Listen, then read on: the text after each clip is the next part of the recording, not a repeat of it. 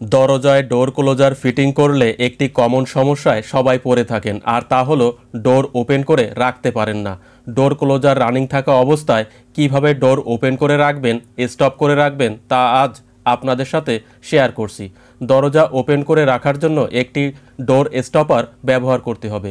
এই মডেলের ডোর স্টপারকে kick down ডোর stopper বলা হয়। দেখেন, আমি আপনাদের দেখিয়ে দিচ্ছি। এই যে একটি ডোর স্টপার, এটি ব্যবহার করলে আপনারা ডোর ক্লোজার ব্যবহার করলেও যে কোনো অবস্থানে আপনারা ডোর স্টপ করে রাখতে পারবেন।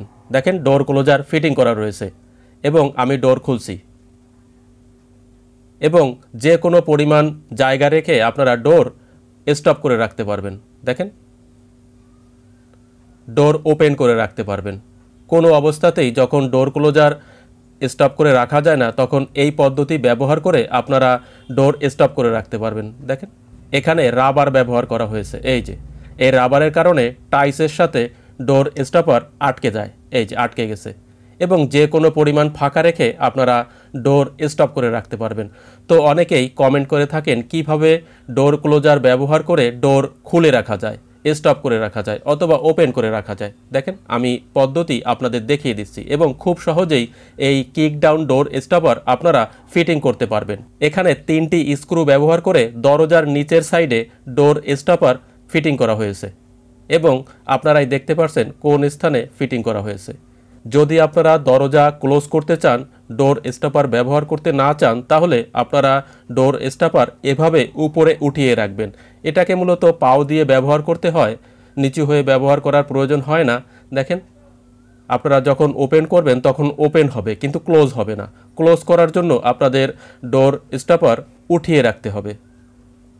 দেখেন কিভাবে ফিটিং করা হয়েছে, পদ্ধতি আমি আপনাদের দেখিয়ে দিচ্ছি এবং এখানে ডোর ক্লোজার ব্যবহার করা রয়েছে। আপনারা দেখতে পাচ্ছেন এখানে ফিটিং করা রয়েছে ডোর ক্লোজার,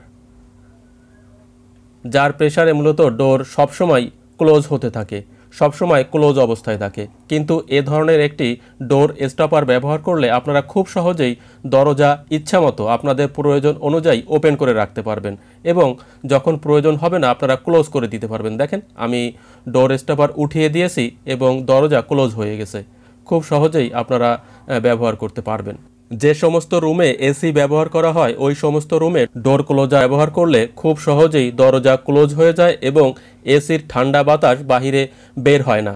সে সমস্ত স্থানে আপনারা যদি একটা ডোর স্টপার ব্যবহার করেন, এই জাতীয় ডোর স্টপার ব্যবহার করেন, তাহলে খুব সহজেই আপনাদের প্রয়োজন অনুযায়ী যখন প্রয়োজন আপনারা ডোর ওপেন করে রাখতে পারবেন।